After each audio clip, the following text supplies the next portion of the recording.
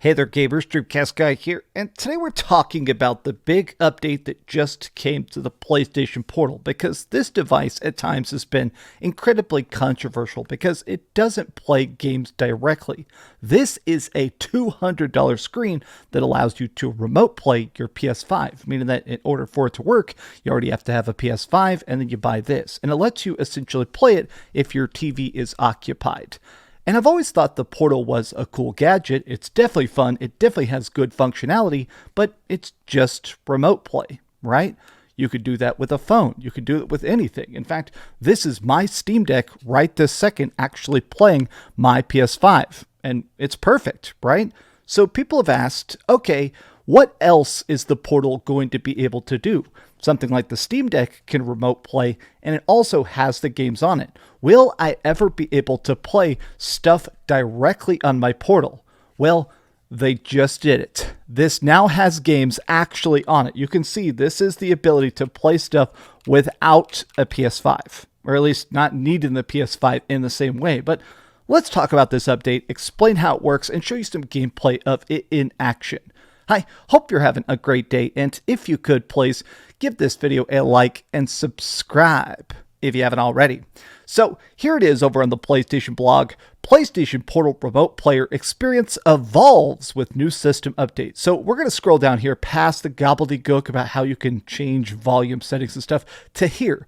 They have launched a beta that allows you to stream the PlayStation 5 PlayStation Plus game catalog. This is over 120 games, everything from Skyrim to Ghost of Tsushima to some Resident Evils to Ratchet & Clank to Miles Morales.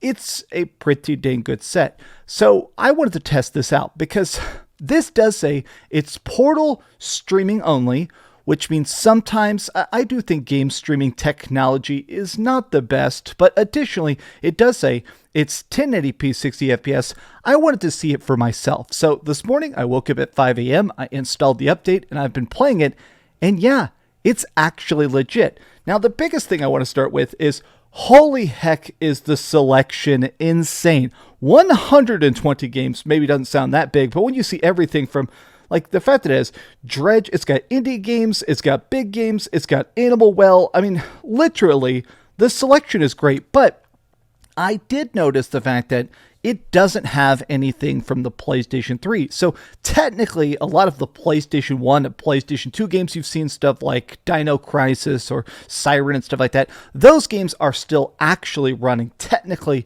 natively on the PlayStation 5. So this installs or streams the PlayStation 5 version of those games. But the way this actually is so cool is that I played a bunch of different stuff, and I wanted to start with Doom Eternal, right? Because my biggest problem with streaming games is that a lot of times, once the action gets quick, there's terrible input lag, which drives me nuts. And additionally, a lot of times you end up having blurry visuals. If there's stuff that's happening too fast, the way that streaming technology works is that essentially there's a supercomputer that's processing all the possible moves you can make, whether it is chainsawing a guy, looking left, doing a double jump or whatever, and it's processing all those possible visual commands at once, and then it sends you whatever you press. So sometimes if you do something too unexpected or too quick, it can't keep up and you end up with blurry visuals, especially if your internet isn't the best. So I'm testing this on good Wi-Fi, but every bit of it was perfect, it was responsive, and it was so crisp. Like, I was just playing Ghost of Tsushima, decided to boot that up, riding around on my horse. Everything looks incredibly, incredibly good. I mean, I'm actually impressed because this is technology that I think is the wave of the future. I'm not thrilled about the idea of everything being completely streaming, but stuff like this is technology that I think is kind of evolving. It's kind of showing where things might be going. The fact that I can now just directly play a huge chunk of all the best PS5 games looking like the best PS5 games instantly on a system, that's pretty dang impressive. Now, I also wanted to try out something like Spider-Man Miles Morales to again test that speed.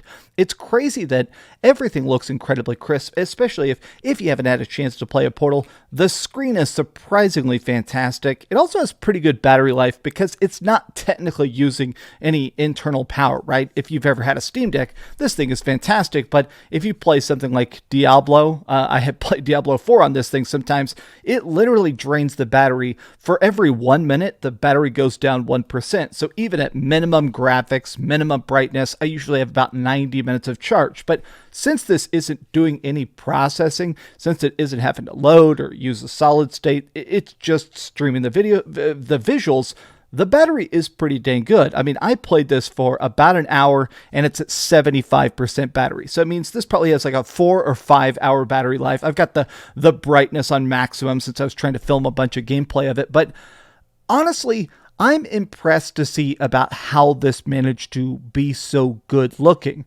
Especially with some stuff. One of the games I booted up that I think kind of impressed me the most, I very much love Resident Evil. I'm a big Resident Evil fanatic. Played the Resident Evil 3 remake. It's the PlayStation 5 version with ray tracing and extra crisp lighting and stuff like that.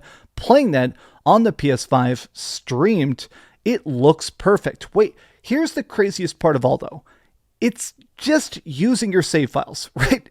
The way this works, I was also afraid that it would actually need to make a separate save file or something like that.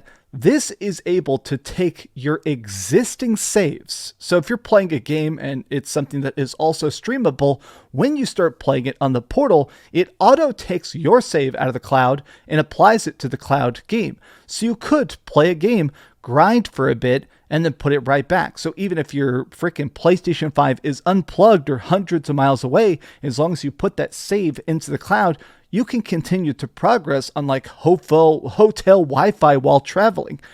The Portal is a gadget that I think just became a lot better. The final big downside to this, though, I do think is that PlayStation Plus subscription, because from all the reading I've done, this requires premium.